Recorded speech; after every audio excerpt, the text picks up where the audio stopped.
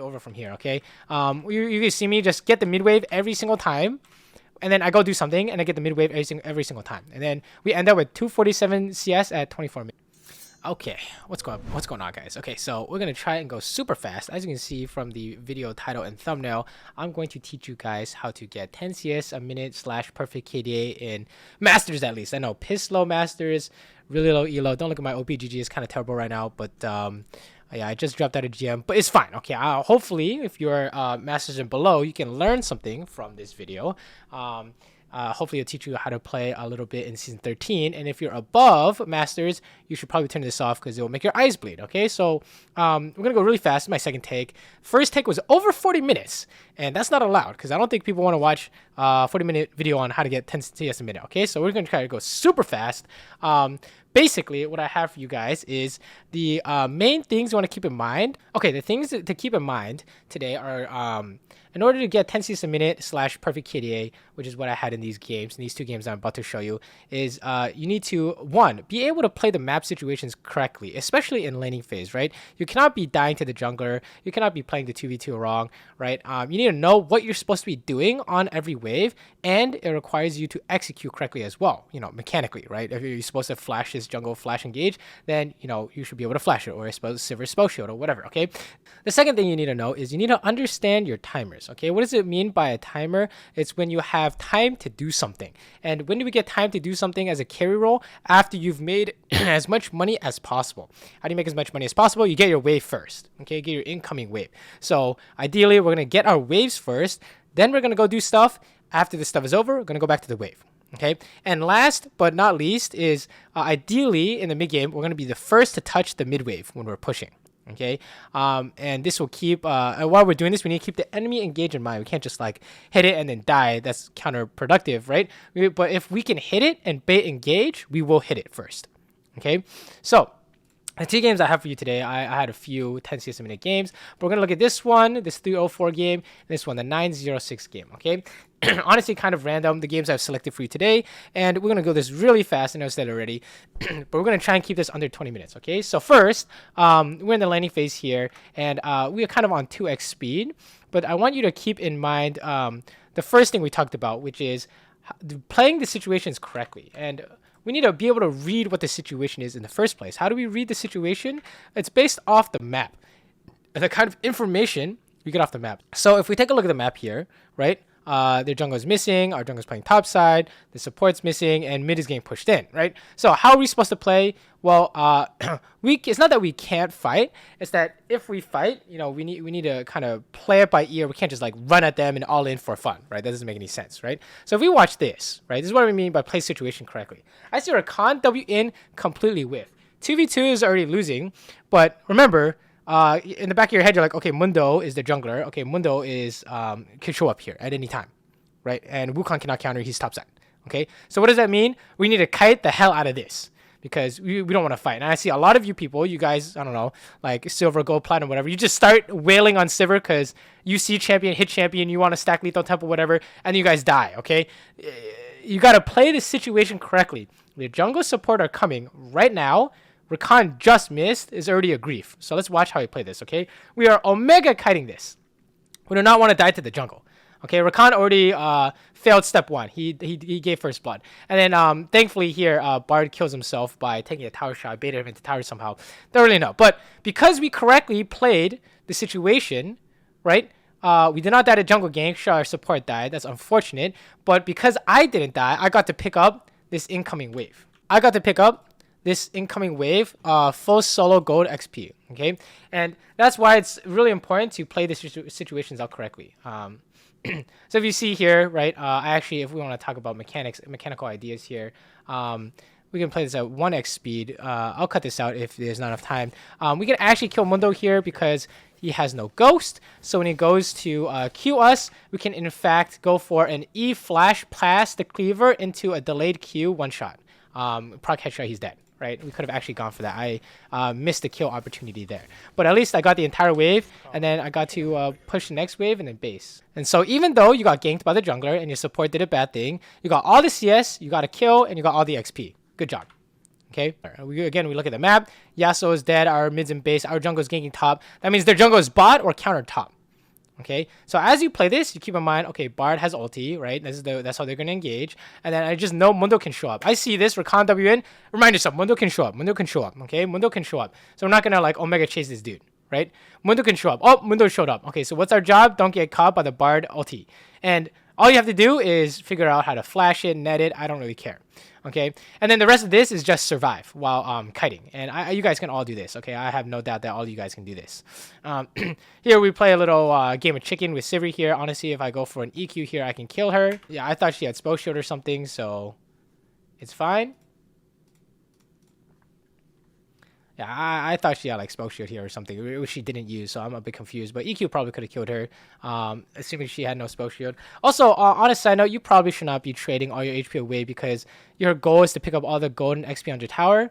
But thankfully, they're so low that they could not kill us. So again, playing the situation out correctly with regards to the jungle allows us to pick up all the maximum gold and EXP we could possibly get, including kills. Okay, another take a look at this part here. Another map situation here. You get new information. Usually, you want to spot what their jungle is doing. That tells you what their team is doing. Okay, it's gonna be jungle, mid prow, supports. Okay, so we see Mundo top, we see our Wukong top. Our jungle, their jungle. You need to keep track. So that means bot lane is 2v2. Because if you look at mid, Akali's pushing Yasuo in, right? So bot lane is 2v2.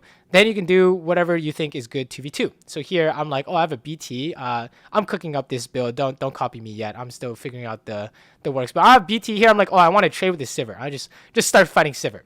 And just by knowing, just like we are allowed to just go crazy here because we know it's 2v2. Like we know that no one else is going to show up in our lane. How do we know? We look at the map. And we were able to read the situation based on finding what's going on with jungle and mid prow. And because of that, we can take control of the lane 2v2, right? We can look for 2v2 advantages. Here, we're just basing after pushing, right? You can see me putting traps down to play around Bard Portal into ulti. And remember, this is the second part of the second thing you need to keep in mind is understanding your timers. When can you go do stuff?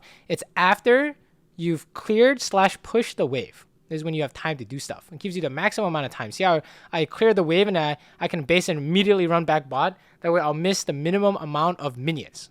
Okay, you need to understand your timers. You need to get the wave first, go do the thing, come back, get the wave again. Okay, sometimes it could be get the wave, base, come back, get the wave again. It could be get the wave, camp a bush, get the wave again, right? But you see a pattern here. You need to always be getting the wave after you've gone to do the thing. This is how you get the 10 CS a minute. Okay, let's read the situation here. The entire enemy team is sprinting mid, okay? And you've already seen Gwen. So, you know, the only person that can match you is Sivir. We can beat Sivir 1v1. I'm just going to push, hit the tower. We see Sivir top. That means I can go even more. Just keep an eye on mid who could come bot to stop you, right? And then they all die mid. So that means you can keep going even further. Okay, what do we do with our timers here? Okay, after we get the wave, what do you want to do? Well, they're all dead. I'm down to hit the tower, right? We're hitting the tower here, and they are spawning, so I'm down to get the wave.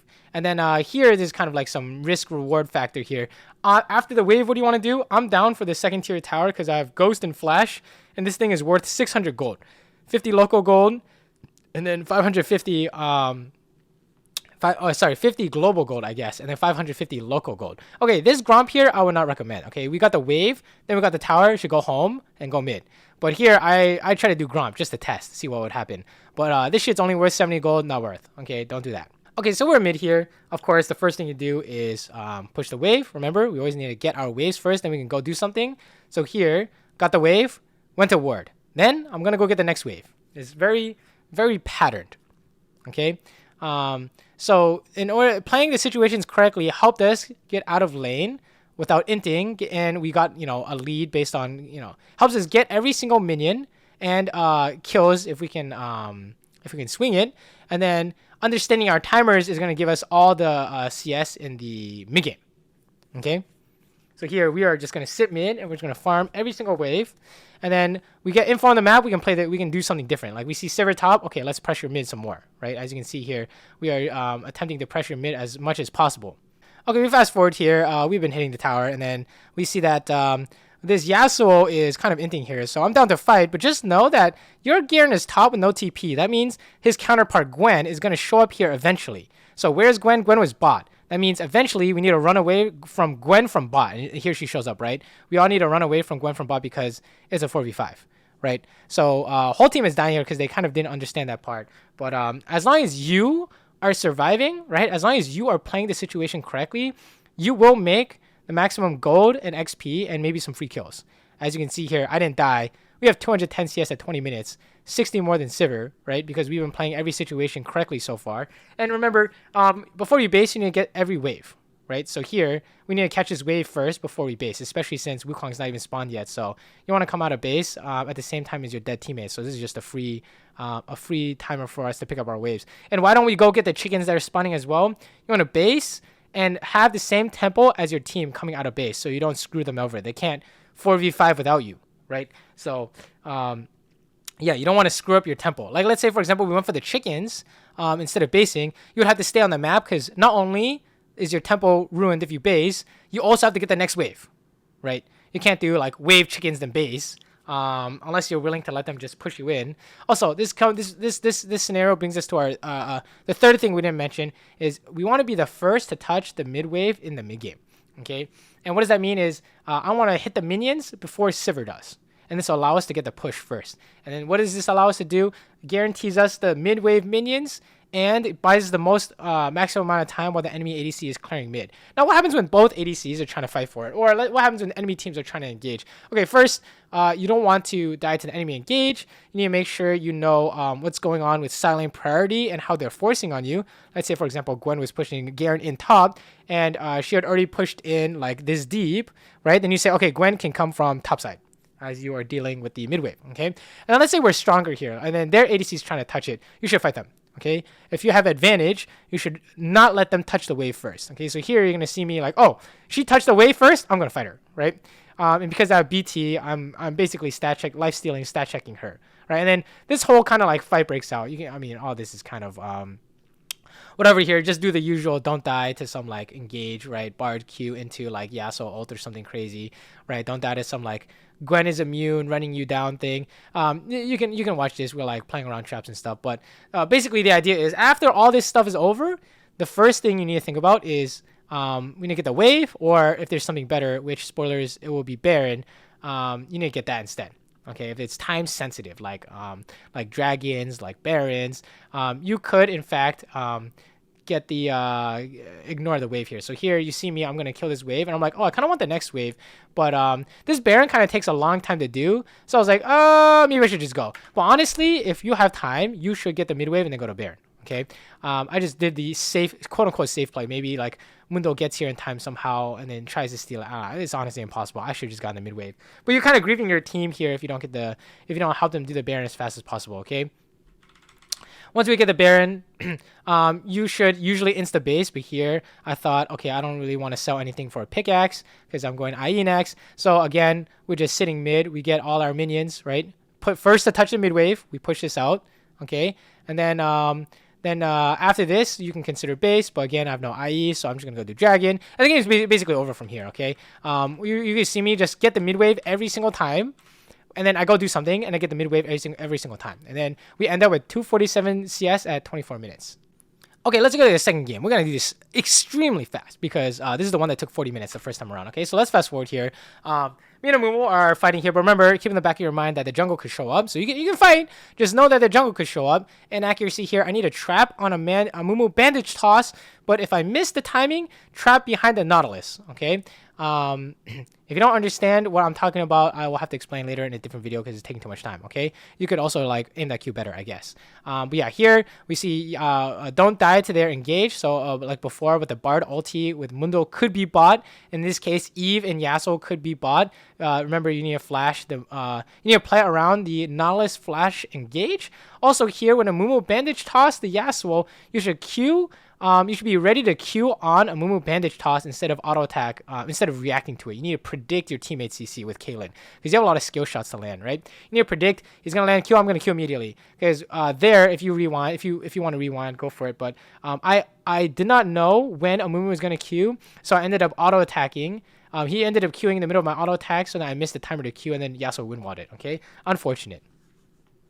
Let's go to the next situation. And because we played the situation out correctly and we didn't die, again, we were able to collect all the minions, all the XP and gold, and potentially some free kills before we base. It's perfect. We got all the minions, right? Okay, here's an interesting one. We see that there's support and jungle at top side, right? And our Amumu is bot. So what are we supposed to do in this situation? We have a 2-to-1 advantage bot, and Yasuo is pushing mid. And you guys will say, oh, we have to dive him, right? But in fact, you cannot dive the level 6 Varus with both thumbs up. Right, I'll tell you that he has both thumbs up here. So we cannot dive him because Amumu is level 4. There's literally no way for it to work. What's the best we can do? We should push, and then you can either look for plates or you can move mid. And usually the answer is going to be move, okay? And see, Amumu is already moving, right? What I mean by play the situation is it's not always going to be diving when you have mana advantage, because sometimes you cannot dive. You need to get something done. So here, I'm going for a deep ward here, and this deep ward will be useful later to spot Eve doing camps. And then we move mid to help Amumu and Lissandra kill this Yasuo, and in fact, because we move, we actually end up getting a kill follow-up here with the Q. And then because we're here getting a kill follow-up the Q, Eve tried to fight and then instantly got trapped. Amumu bandage tossed in a trap. So you see how, like, playing the situation correctly, like, imagine if we had dove and gotten double killed by Varus, right? That's like one terrible result. And then on the other side, we got to deep ward and roam mid, kill Yasuo, and kill Eve. Okay, 2 kills for our team and deep ward on the blue buff. It's a huge difference when you play these lane situations differently, or I should say incorrectly versus correctly. And your job is to play every lane situation correctly. And the only way to do that is to be able to look at the map and see where people are, and then ask yourself, what does that mean for me? Okay, look at both junglers and look at supports if they're roaming, and you say, what am I supposed to do from bot lane? Okay, we fast forward even more here. Here we see that the support is roaming top here, and we don't know where Eve is. She could be bot. Oh, we just saw her mid. Therefore, bot lane is going to be 2v1, and Amumu is level 6 here. And can we dive the Varus now? We can actually dive the Varus now, right? Amumu is level 6. He's about to have ulti. We need to push and dive this dude. We pressure him off the tower at the very least, right? At the bare minimum, prevent him from getting any XP and gold from sitting bot. We need to make him AFK or make him go mid. Okay, so here, you can ulti him, you could Gale Force him, you can net him, you can Q him. It doesn't matter. Your job, remember, your job is to pressure this guy into potentially diving him. Like, the best case scenario is you kill him. Yeah, the best case scenario is obviously you kill him, but you need to be able to pressure this guy under tower, because now Amumu is 6, he can do something. Yeah, don't take the tower shot after ulting. That's a little bit. It's a little bit troll. And then if Amumu does find the bandage toss, of course, you follow up. You guys can all do this, no problem. And yes, this time we correctly identified that the 2v1 bot, we can in fact dive him, because Amumu is not going to get one-shot by Varus, right? And Varus cannot stop us from diving him, right? And again, play the situation correctly.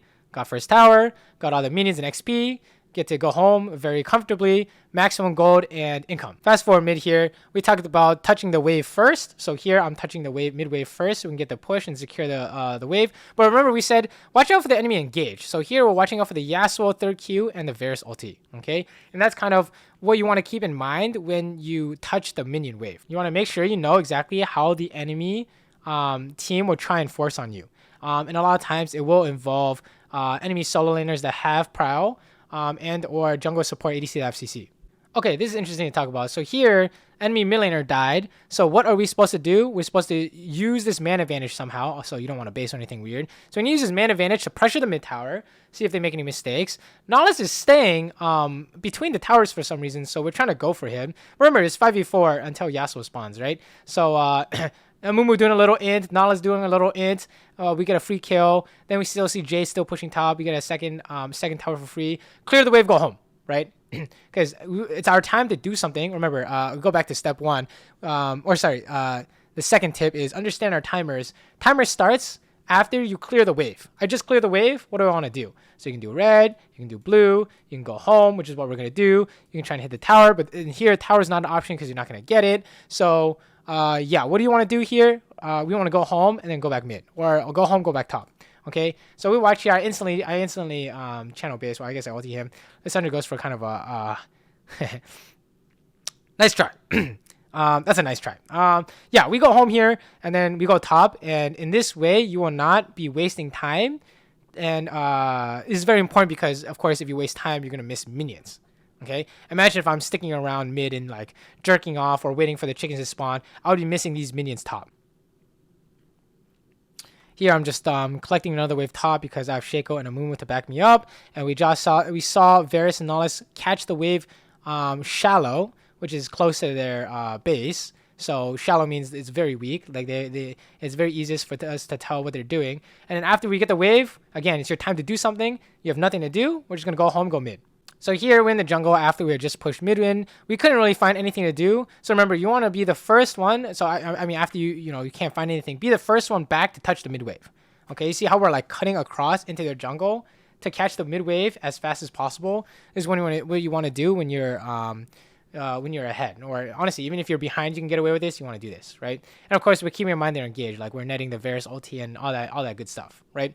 You want to always be the first one to touch the wave, and you see with these 3 kind of habits in mind, again, we are 0 deaths, 190 CS at 20 minutes.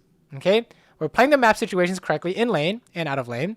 We're understanding our timers. We're getting every single wave, and then doing something after we get the waves. Okay, and then last but not least, if we can touch the wave first and bait their engage, we do. So you can see here, we pushed mid. We tried to do some Baron bait. Did not work. Go back to pushing mid. Okay, don't dance around a Baron. Your job is to be the first one to touch mid. Okay, and then a random like team fight breaks out. I'm sure you guys, this is a whole nother category, but I'm sure you guys can play out team fights well, right? I mean, don't die to enemy engage, and then do your damage, do your DPS when it's safe, right? You guys can do all this, okay? Well, maybe you can't, but this will be reserved for another video, okay? This is very basic team fight. You just fucking hit the closest guy after you make sure you can't get killed by engage. Okay, very easy. And then after this, once we get the Baron, it's pretty much GG. There's nothing more else to show except making sure you get all your waves. Even though you're Baron, right? Even though you're Baron, you still need to make sure you're getting all your waves. You're just pushing all the way into their inhibitor. And that's pretty much the game. Okay, so these are the 2 games I wanted to show you. Hopefully you guys learned something from this. I know I went really fast. Maybe if you guys want me to slow it down and use less examples, we can. If you want me to talk about, if you want me to go over other concepts, we can do that too. If you guys want me to get Master GM Challenger quick, come watch the stream. I'll do that too. Ha ha ha. I'll cut that part in the video. Okay. But to recap, okay, you need to, in order to get this 10 CS a minute, perfect KDA, play the situations correctly in lane by looking at what the both your jungle and the enemy jungle are doing, and what the supports are doing. 2, understand when you can move and when you can't move. You can move right after you've gone all the minions. You can't move if you haven't gone the minions yet.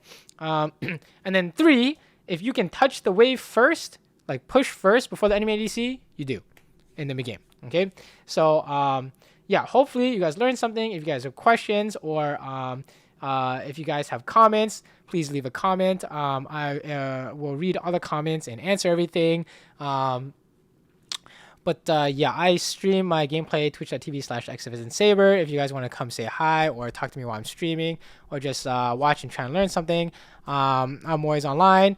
But besides that, hopefully you guys enjoyed this video, and if you did, let me know so I can keep making stuff like this, because I haven't really made a video like this in like many months. Okay, so yeah, thanks for watching. Catch you guys later. Have a good night.